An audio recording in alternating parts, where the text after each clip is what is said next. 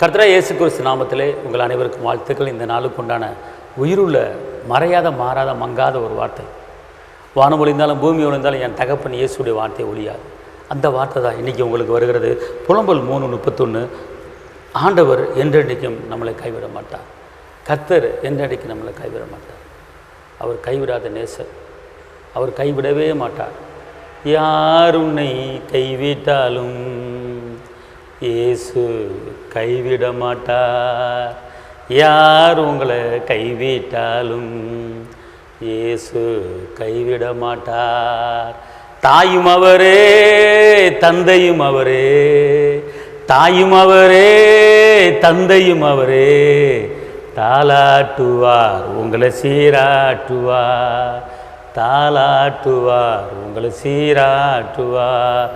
யார் உங்களை கைவிட்டாலும் இயேசு கைவிட மாட்டார். இரத்தத்தாலே கழுவி விட்டாரே, இரத்தத்தாலே கழுவி விட்டாரே, ரட்சிப்பின் சந்தோஷம் நமக்கு தந்தாரே. கவலைப்படாது. கைவிடப்பட்ட சூழ்நிலை இருக்கிறீங்களா? இன்றைக்கி தகப்பன் சொல்ற, என்றென்றைக்கு உங்களை நான் கைவிட மாட்டேன், எப்போதும் உங்களை நான் கைவிட மாட்டேன். உங்கள் துக்க நாட்கள் முடிந்தது என்று அவர் சொல்கிறார். இன்று கண்ட ஏத்தினை நீங்கள் என்று காண்பது கிடையாது. அவர் பெரிய காரியத்தை உங்களுக்கு அவர் செய்ய போகிறார். இதுவரை நடத்தின எபினேசர் அவர் இன்னமும் நடத்துவதற்கு போதுமானவராக இருக்கிறார். நாளிலும் கூட கர்த்தர் உங்களை சொல்லுகிற வார்த்தை, மகனே மகளே, கைவிடப்பட்ட சூழ்நிலை இருக்கிறாயா? எல்லாரும் ஒதுக்கி தள்ளிட்டாங்களா? கரணை அடைக்க முடியாமல் தவித்து கொண்டு இருக்கிறாயா? பலவீனத்திலே தவித்து கொண்டு இருக்கிறாயா? அனாதை போல தவித்து கொண்டு இருக்கிறாயா? கர்த்தர் சொல்கிறார், யார் உன்னை கைவிட்டாலும், சொந்தங்கள், உறவினர்கள், நண்பர்கள் யார் கைவிட்டாலும் கவலைப்படாது, நான் கைவிட மாட்டேன், நான் கரம் பிடிச்சு தூக்குவேன்னு சொல்லி இயேசுவானவர் சொல்கிறார். பயப்படாது. ஆகாரின் கண்ணீர் கண்டவர் உங்கள் கண்ணீரை காண்கிறார். அனாதையாக திக்கற்ற பிள்ளையாக இருந்த ஆகாருக்கு தான் அற்புதம் செய்தார், நீரூற்று ஒன்று பண்ணினார். அன்னாள் அனாதையாக ஜெபம் பண்ணி கொண்டு இருக்கிற ஆலயத்தில் தன்னந்தனியாக ஜெபம் பண்ணி கொண்டிருக்கார். அன்னாளுக்கு அற்புதம் செய்தார். ரூத் வாழ்க்கையை மலர வச்சார்.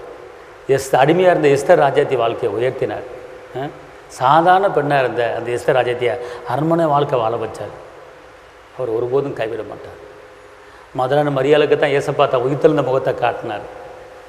அதனால் இந்த நாட்களிலே பெண்கள், சகோதரிமார்கள் அனைவரும் பல கவலையில் நீங்கள் இருக்கலாம். கவலைப்படாங்க. அன்னாளுக்கு அற்புதம் செய்தவர், ஆகாருக்கு அற்புதம் செய்தவர், எஸ்தருக்கு அற்புதம் செய்தவர், ரூத்துக்கு அற்புதம் செய்தவர், உங்களுக்கு அற்புதம் செய்வார். கலங்காதீர்கள்.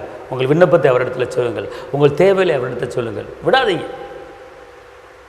கானான்ஸ்ரீ இயேசுட்ட அழுகு புலம்பி போராடி போராடி தன் பிள்ளைக்காக ஜெபித்து வெற்றியை பெற்றுக் கொண்டார். கானான்ஸ்ரீ ஒரு விதவை ஒரு எதிராளிகிட்ட போய் அணிதுள்ள மனுஷன் போய் ஓயாமல் போய் ஜெபிக்கிறனால ஓயாமல் அலாட்டுக்கிறபடியால் நியாயம் செய்வேன் அப்படின்னு சொன்னான். ஏசப்பா சொல்கிறாரு, அநீதியுள்ள மனுஷனே நியாயம் செஞ்சார், நான் நீதியுள்ள தேவன், நியாயம் செய்யாமல் இருப்பேன் அப்படிங்கிறார்.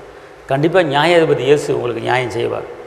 கொஞ்சம் வெயிட் பண்ணுங்கள், பொறுமையாக இருங்க, அற்புதங்கள் நடக்கும். தைரியமாக இருங்க. உங்களுக்கு நான் ஜெபிக்கிறேன். தகப்பனே இயேசுவே, நன்றியோடு துதிக்கிறேன், ஸ்தோத்திரிக்கிறேன். உன்னதரை துதிக்கிறேன், உயர்ந்தவரை துதிக்கிறேன், அற்புதரை துதிக்கிறேன், அதிசயத்தை துதிக்கிறேன். அந்த நாளிலும் கூட ஆண்டவரே கர்த்தாவே, நீர் ஆண்டவர் ஒவ்வொரு பிள்ளைகளையும் பாதுகாத்து பலப்படுத்துங்க. நினைப்பதுக்கும் வேண்டுவதற்கும் மேலான காரியங்கள் செய்யுங்க. அதிசயங்களை காண பண்ணுங்க. இயேசுவின் நாமத்தில் பிதாவே, ஆமென். கர்த்தர் உங்களை ஆசீர்வதிப்பார். தேவனுக்கே மகிமை.